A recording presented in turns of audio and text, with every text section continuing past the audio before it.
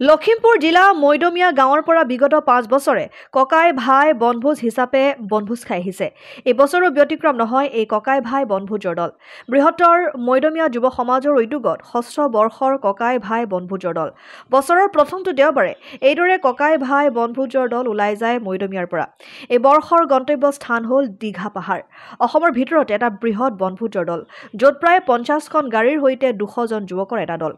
এই বনভোজত অংশগ্ৰহণকাৰীসকলৰ ওপৰত আছে কিছু বাধ্যবাধকতা, যেনে যুৱকজন 20 বছৰৰ ওপৰ আৰু কোনো মাদক দ্ৰব্য সেৱন কৰিব নোৱাৰিব।